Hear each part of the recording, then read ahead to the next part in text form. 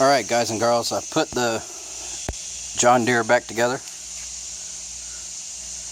I mean, all I did was take the breather off the box, the cover, and took the battery out.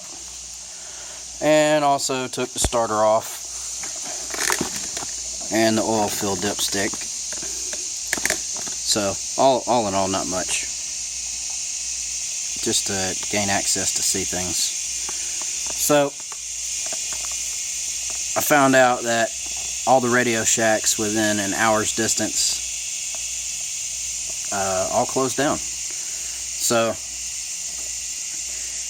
for the sake of making things happen, since the Scots is not running at the moment, I've taken the diode off of it. Now, I wired it this way so I could swap them in case I wired it wrong, but I believe I've got it wired correctly. Let me get the tripod and we'll do some testing, and I'll show you how I'm going to try to validate it. Be back in a minute. Now, if I'm figuring this correctly, which I think I am, but like I said, I wired it up this way. I'm going to put tape on it before I permanently install it, but if I figured correctly, then let's do some testing. So we're going to put it on diode check. So first, we're going to test the diode. 0.5, that's good. You want 0.5 going one direction, and then you want basically nothing going the other direction. So I get nothing going that way, and 0.5 volts going that way, using the diode check on my meter. So that's good. That means that's a good diode. So my thinking is, while we switch it over to voltage, and I untangle my mess, is we're going to hook the negative to the negative post on the battery. Now I've got that hooked up to the mower as well.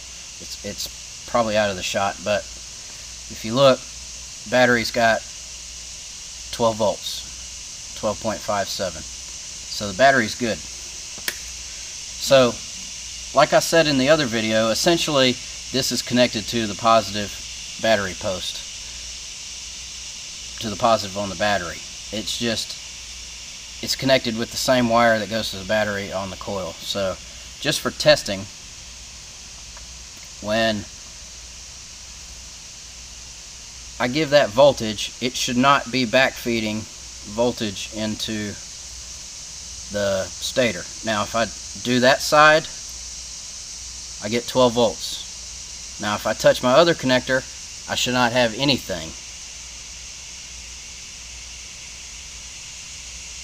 So there we go, nothing. So that means that, and this is my thinking, that means that the electricity is not able to flow back through that stator that way. So I'm going to tape this up real good, put my wiring back together, fire this thing up, test the voltage of the battery,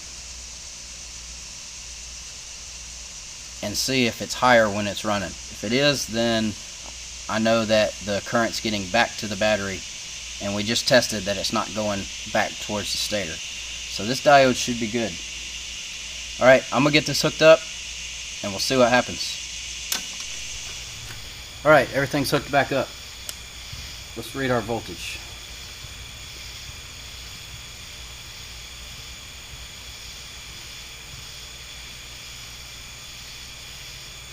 .57 at rest. And that's what I read a few minutes ago, so that tells me it's not draining back into the stator and draining the battery. That's a good sign. So now it's going to get loud. I'm going to crank this thing up. I've had the gas off and the gas is all the way behind the seat, so it'll take a few minutes or just a minute for it to reprime and fire up.